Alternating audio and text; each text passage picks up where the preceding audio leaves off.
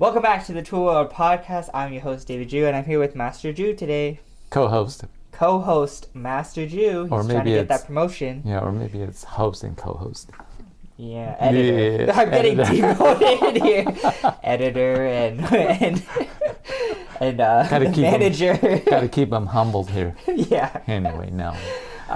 He's doing a great job. So recently we talked with some of the other masters around the country, and not just the ITF masters, and just Taekwondo in general. Yeah. We had one master who was talking about mindset. I don't know how he was so fortunate, but he was able to work with Olympians and Dwayne Wade, and I was like, you were like, how did he get that gig? I was like, I don't know either. But, he was basically saying how, the champions that he worked with and how they were different from the students that maybe were just gone on the team or, very new, and how the champions were always leading the charge and they always had like a smile on their face to do it, and they were ready to take on anything that they've encountered. And you always had the people that were just newly on the team that would be complaining, and they weren't ready for it. And I think you see that in class, and that's why you see differences between like black belts and non-black belts as well, right? But I thought we'd talk about and give some stories about different mindsets that we've seen, and some things you've encountered and some things that I have encountered. Well, let's just back up a little bit here. Okay. Yeah. Let's back up. Yeah, you know what? I've been able to train with some special people too. Unfortunately I haven't. But yeah. I got to train with some Green Berets. It's a French Army? No. Well, I don't know. Beret? I'm thinking like French. Oh. They're like special forces. Oh, really? Okay. In the United States Army. Oh. Anyway, I remember training. I had a student. Mm-hmm. This is before you actually started Taekwondo. Mm-hmm. Had a student, and I didn't know who he was. I was like, oh, last name sounds familiar. Are you like Terrell Owens' kid? Guess what? It was. Oh, wow. I was like, Who's Terrell Owens? Oh, you don't know because he's an old 49er receiver. Oh, okay. Actually was, but yeah, pretty good. I mean, I think he might have made Hall of Fame. I'm not sure. Mm-hmm. I didn't follow his career that much. Yeah. He was with the 49ers for a while. But yeah, I was like, oh. Okay, that's cool. Now, and I got to, chat with, you just don't know people. Right. You're just like, I got to chat with them. Right. And you talk about mindset, and, it's interesting because certain people have this mindset. Well, he was very young, but he did not have that mindset. Okay. Right? Oh, so he was like a little kid. Yeah, he's just a little kid. He wasn't like imagining like 18, No, 19. No. But he's just a kid, So, but the parent, you got a different mindset. And I think you do have to have a mindset. It's a winning mindset that you look at things and you go, yeah, I can do it. Or, I will do that. It's like, don't complain. I mean, some things are just hard and you just go, oh, that's hard. But then if you realize, hey, if your coach or your instructor or whatever is putting you through the paces, there's got to be a reason for it, If you're always dreading it, then you're not going to go anywhere, really, as far as that particular skill set or whatever you're doing. Right. Sometimes, I think you've been talking about it in class, but I have students, oh, this is boring. Why? I'm just kind of thinking, well, why are you even here? Mm-hmm. Because if you always think it's boring, guess what? It is going to be boring. Yeah. If you think it's going to be stupid, yeah, it's going to be stupid. Yeah. Right? If you think that this can be a challenge, and I know it's very fundamental, but I'm going to be the best I can possibly be. Mm-hmm. It's mindset, absolutely. Right. I'll share like something as an instructor, right? So we do this class for the community class, and usually the city of Pleasanton. And I remember a long time ago, it's like, oh, today is the community class. Those kids have no discipline. They're just not. They seem like they're not even interested in Taekwondo. I don't even know why they do Taekwondo. I'm just dreading it. And so I would go to class, and it's kind of like, when you have that mindset, guess what? The class is just Bad. just bad. Right. You're just Right. lagging, just like, and you can't even give your best effort. It's because you just like hate it, Mm-hmm. right? And one day it's like, you know what? This isn't going away. Yeah. Let's take a look at it differently. This is great. This is just a different day, Mm-hmm. and we're just gonna take on this challenge. And so I changed my mindset a little bit, Mm-hmm. and stop saying I hate that class, Yeah. and just like, let's go for it. Mm-hmm. Let's do the best we can.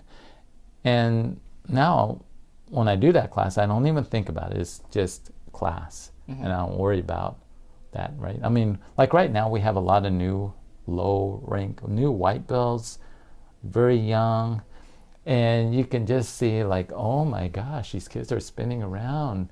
And I have black belts. Oh my gosh! Don't let that guy sign up. It's like, oh, right. Yeah.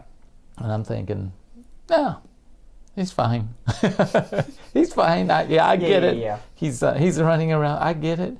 But those are the kids. As an instructor, those are the kids that need our help the most. Mm-hmm. Right. And so, changing the mindset. But the mindset is definitely really important, especially. You want to have a winning mindset, and when you talk about competitors, or you're competing in something, going to world championship, or Olympic champions, they have a certain mindset. They have a winning mindset. They're willing to do the things that will get them to where they want to go. If you're always saying, I really hate running, well, you're not going to go running, and hence you might not have that endurance. Right. Or whatever, and hence you won't make the team anyway because of that.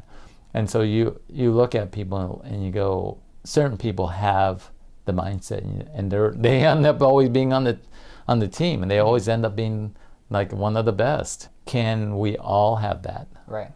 Well, I thought I'd share the story that I've been sharing with the students all week, Okay. and it is like very similar to as you remember Sean Kim. Yep. And she was because he laughs because she came back. She took a break, and this is a big shout out to her.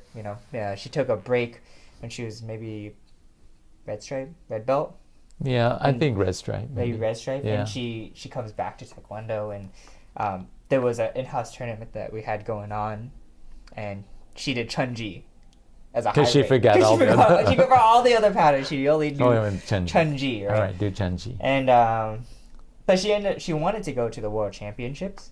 I think she won that too. She did win with because all the other ones were practicing Chunji. Yeah. But she wanted to go to the World Championships, and she had a huge undertaking to go because that's 8 or 9 patterns. Got to get to black belt and then perfect the patterns as well, right? But I remember, and not to say that I think of myself as very good, but she would always ask my sister and I to train because we were also training for the World Championships as well.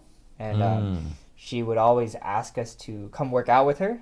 And so we'd go work out with her. And then she would always ask us lots of questions. It was also beneficial for us because it really cemented our own training and what we needed to emphasize too. And she did that lots.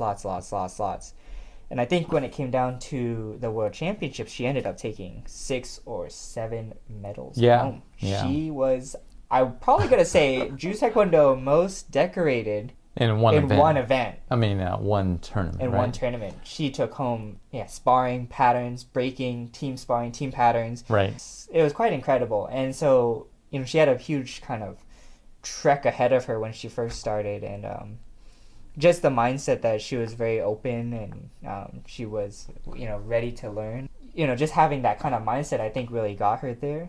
No, that's true. And you're right about Sean. I think when she was definitely lower rank, she was unmotivated, not really like, my mom just makes me do this, or my parents do it, right? And changing the mindset, and she had a goal, and she wanted to be the best that she could possibly. But I think Valerie Leong has more medals. Was it a competition now? Really? Yeah, I think so. I think Sean got 5 medals and Valerie got 6. Not the same tournament though. No. Valerie must have been. Yeah, after, a few years, much years later. Mm-hmm. But anyway, yeah, mindset that you're willing to take on that challenge and rise to the occasion. Mm-hmm. But you never really rise to the occasion. You can only, as they say, fall back to your training, right? Right. So when the challenge is there, hopefully your training is so good that it's almost as good as that expectation, the challenge, right? Mm-hmm. But yeah, I don't think we can ever get that. We want to reduce that gap. We want to reduce it so that our training is almost equal to that challenge. Mm-hmm. We won't be able to really get to where it's even, right? Right. Because the challenge is always going to be quite a challenge, right? And so yeah, mindset, really important. You talk to pro athletes, and they'll always talk about mindset. Mindset, Right. I wasn't in the right mindset, whatever. Right. It's that Tiger Woods kind of thing again. Yeah, I wonder what happened there. Yeah. He had an incident and he lost his mojo. Yeah. The mojo is just a mindset. The mojo is just a mindset. The swag. That's so true, because we have everyone has the same hours in a day. Training, equipment, everyone has that. There's no different, and you can clock people, you can test people. Someone's stronger, just as strong, just as fast. You're at a certain level. First of all, if you want to compete at a high level, you got to have that. But what makes the real champion the champion? What makes them the champion? What makes them so great? And I think a large part of it comes down to that mindset. Really just that desire, that will, the win. And that's not the only thing, of course. There's so many variables that we can't control. When you talk about it, we'll talk about competition, because that's the way to measure that. That's one of the easiest way to measure it. When you talk about competition, right, it's measurable in that if you win or lose. But we can't control everything in that competition. So in other words, I can't control whether those boards are harder or weaker unless they're all consistently made the same way, right? If you're using real wood, there's definitely going to be some differences. You can't control that. You can't control how an umpire feels that day. You can't control how much experience that umpire has, or what kind of training. And so if you happen to get stuck with a bad umpire and he doesn't really see the difference, and then that's unfortunate. Yeah. You can't control that. Right. And so the only thing we can control is our training and control our mindset. And we try to do the best we can, and we try to be better than anybody else. That's the only guarantee that you're going to be. You're so good that you're just. But at certain competition, it can't happen, because everyone is so good. You go, if you take, like, let's say patterns, right? Even sparring is subjective in some ways. But if you take like patterns and you look at it, I can look at certain patterns and I'll go, oh, I like this one better. And that's only my opinion. I think that's better than that person. And that's why you have 5 judges. But hopefully you can get people to be on the same page. And then you could ask someone that has no knowledge of Taekwondo or ITF patterns, and they would look at it and go, they look the same to me. They have no idea, right? Yeah. And so they are at a very, some of these competitors, so high level, they're performing at basically the same. And I'm just looking at, sometimes I'm just looking at just attitude, mindset, Right. Whether they're like whether they want it or they don't want it. Even at a high level, you can kind of see that sometimes. That desire. All right. Well, I think that was a good discussion. Lots of stories in that one. Lots of stories. Lots of stories. So thanks for jumping into another Tool World podcast. Don't forget to leave us a comment and a like on Tool World. But as always, don't forget to be safe. Keep training. And we'll see you guys next week. Taekwondo.